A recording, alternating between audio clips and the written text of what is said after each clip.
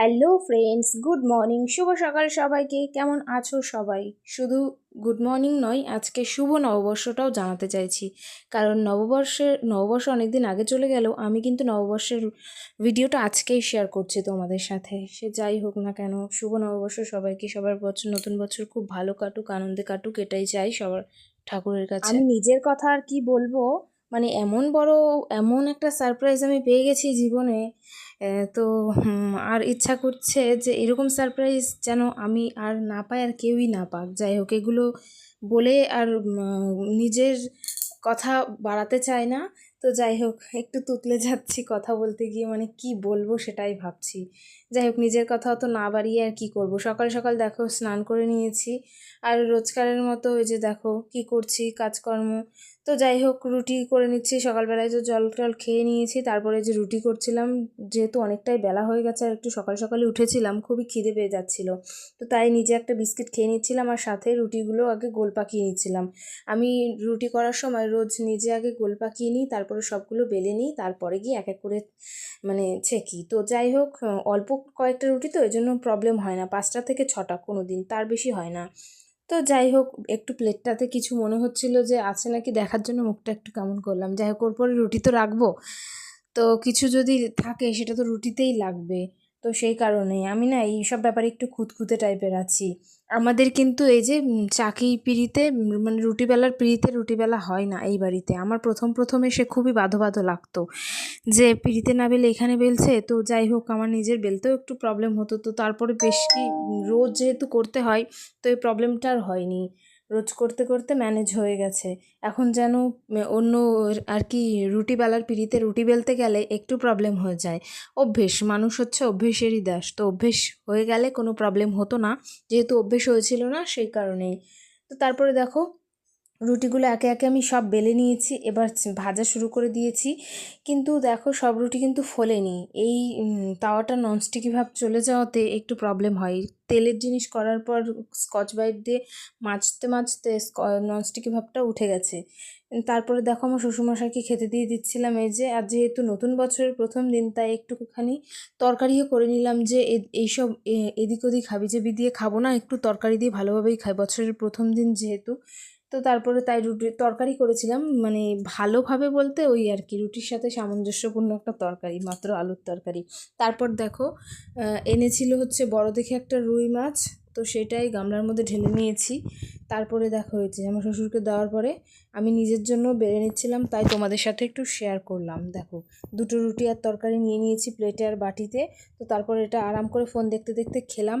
খাওয়ার পরে চলে এসেছিলাম রান্নাঘরে। এরপর খাওয়া দাওয়া কমপ্লিট মানেই দুপুরে রান্নার জোগাড় শুরু। তো তার আগে নিজেকে একটু দেখিয়ে রান্নার জোগাড়টা শুরু করছিলাম। তো চলো, মাছটা ধুয়ে নিই। তোমরা কতটা বুঝতে পারছো জানি না, কিন্তু গামলাটা প্রচুর বড়, অনেকগুলো মাছ ছিল। আর মাছ মাংস যতক্ষণ না সাদা করে ধুই আমার আবার ভালো লাগে না। তো তারপরে দেখা হয় যে পরিষ্কার করে ধুয়ে নিয়েছি। আর এই যে স্নান করার পরে না মাছ মাংস ধুতে একদমই ভালো লাগে না, কিন্তু কি করব, যেহেতু মাছ কাটার নেই তাই আমাকেই ধুতে হবে। আমার শাশুড়ি মা তো ঠাকুর ঘরে ঢুকে গেছে সকাল সকাল। তারপরে দেখো, মাছগুলো ধুয়ে আলাদা রেখেছি। আর মাছের মধ্যে অনেকটা পরিমাণেই ডিম হয়েছিল, ডিম, তেল আর মাথাগুলো আলাদা রেখেছি।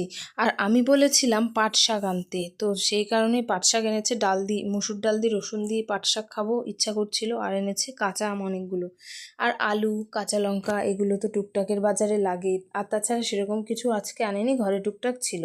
আর দেখো, যেহেতু নতুন বছর, তাই ঠাকুরের জন্য আর বাড়ির জন্য মিষ্টি নিয়ে এসেছে। তো সাদা, মানে সাদা রসগোল্লা আর কালো পান্তুয়া, তো এইগুলোই নিয়ে এসছে। ঠাকুরকেও দেওয়া হয়েছে, আমরা বাড়িতেও খাওয়া দাওয়া করেছি। তারপরে দেখো, এটা দেখানোর পরে রান্নার জোগাড় অনেকটা করে ফেলেছি, আর রান্না করেও ফেলেছি। দেখো ডালটা, এই যে বেগুন কেটে রেখেছি, বেগুন আর আলু দিয়ে হবে বাকিদের মাছের ঝোল। আর আমার মাছের ঝোল, এই যে বাকিদের মাছটাও নুন হলুদ মাখিয়ে আমি রেখে দিয়েছি। তারপরে আমার জন্য করছিলাম আলু টমেটো দিয়ে মাছের ঝোল। তো এই যে দেখো, আলু টমেটো দিয়ে আমার এই যে এই মাছগুলো আমি রান্না করব। তো 4 পিস নিয়েছি দুদিনের জন্য। আর ডালটাও সেদ্ধ করে, শাকটাও সেদ্ধ করে রেখেছি ডালের সাথে। এই যে রসুন থেতো করেছি, এই রসুনটা ফোড়ন দিয়ে শাকটা রান্না করব। তো অনেকদিন ধরে ইচ্ছা, মানে ইচ্ছা করছিল ওই বাড়িতে আমার মা রান্না করে এরকম করে। তো তারপর সবাই পয়লা বৈশাখে পুজো করে দোকানে টোকানে। তো যাই হোক, পুজো যেহেতু কোনো প্রসাদই আমরা পেলাম না, তো ঘরের ঠাকুরকেই পুজো দিয়ে সেই প্রসাদই সবাইকে দিয়ে দিচ্ছিলাম। তো একজনের প্রসাদ আর কি শেয়ার করলাম। তারপরে দেখো সন্ধেবেলা বসে বসে হাপিত্তেশ করছিলাম যে কোথাও যেতে পারবো না সন্ধেবেলায়। সন্ধেবেলা বলছি, বছরের প্রথম দিনটা এরকম ঘরে বসে বসে শুয়েই কেটে যাবে। তো তাই আর কি মনটা খারাপ করেই বসেছিলাম। তারপর আমার শাশুড়ি মা বলে চলো পিসির বাড়ি থেকে ঘুরে আসি, মানে আমার পিসি শাশুড়ির বাড়ি। দেখো রাস্তায় কী পরিমাণে ভিড়। এটা কিন্তু আমাদের বাড়ি থেকে বেরিয়ে মেন রাস্তা নয়, এমনি গলি রাস্তা।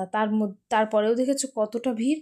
যেহেতু পয়লা বৈশাখ আর সব সোনার দোকানগুলোতে হালখাতা করা হচ্ছে, তো সেই কারণেই এতটা ভিড় হয়েছে। তো যাই হোক, নববর্ষের দিন যাওয়া, মিষ্টি তো নিতেই হবে। তো পিসির বাড়ি যাওয়ার সময় মিষ্টি নিয়ে নিচ্ছিল, আর মেন রাস্তায় দেখো কী পরিমাণে ভিড়। আর যেহেতু হালখাতার সময় কোনো দোকানে আইসক্রিম, কোনো দোকানে ফুচকা, কোনো দোকানে কোল্ড ড্রিঙ্কস এরকম কিছু দিয়ে থাকে, তো একজনের সাথে আরও বেশ কয়েকজন চলে যায়, যার কারণে ভিড়টা আরও দ্বিগুণ বেড়ে যায়। তারপরে দেখো পিসির বাড়ির দোকানের ওখানে দাঁড়িয়ে অপোজিটে দেখাচ্ছি কতটা ভিড় দেখতে পাচ্ছ। আর লাইটিং ফুল দিয়ে এমনভাবে বিয়েবাড়ির মতো সাজায় না, খুবই সুন্দর লাগে দেখতে।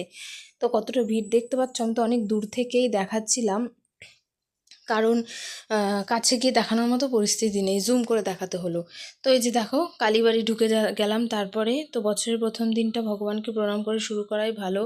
তো তাই দেখো সেদিন যেখানে বাজার ঘাট, রাস্তা, রেস্টুরেন্ট, মন্দির সব জায়গাতেই বছরের প্রথম দিনে ভিড়, কারণ সবাই ছুটি থাকে। তো সবাই ঘুরতে বেরোয়, কেউ মন্দিরে, কেউ রেস্টুরেন্টে। তো যাই হোক, তারপরে দেখো তোমরা যারা এই কালীবাড়িতে এসেছো মধ্যমগ্রাম, তারা তো জানো এখানে সব ধরনের ভগবানেরই মন্দির আছে। প্রথমেই গণেশ ঠাকুর, তারপরে রাধা কৃষ্ণ, তারপরে তো মেন মন্দিরটা ওই যে মা কালীর মন্দির, তারপর পাশেই আছে বাবা ভোলানাথের মন্দির, আর ওটা ছিল রামকৃষ্ণ সারদা দেবী। তারপরে গ্রহরাজ শনি মন্দিরও আছে। তো দেখো এখানে এটা হচ্ছে তো কি সুন্দর আকন্দ ফুল দিয়ে সাজিয়েছে। তো যাই হোক, তারপরে এই যে দেখো মা কালীর ওখানে কতটা ভিড়, আমি আর উঠিনি। তো দূর থেকেই প্রণাম করলাম, আর হচ্ছে তারপরে ভিডিও করে নিলাম একটু জুম করে। কিন্তু সবাই যেহেতু অনেকেই ভিড় করে প্রণাম করছিল, দেখছিল। আর এই যে রাধাকৃষ্ণের মন্দিরকে, ভগবানকে তো আমি ঠিকমতো তুলতেই পারিনি, কারণ ওই যে মেয়েটা দাঁড়িয়ে আছে না, একেবারে কি বলবো, গল্প করছে। কিন্তু কেন তোমরা গল্প সামনে করে দাঁড়িয়ে করছো? একটু দূরে করলে কী সমস্যা?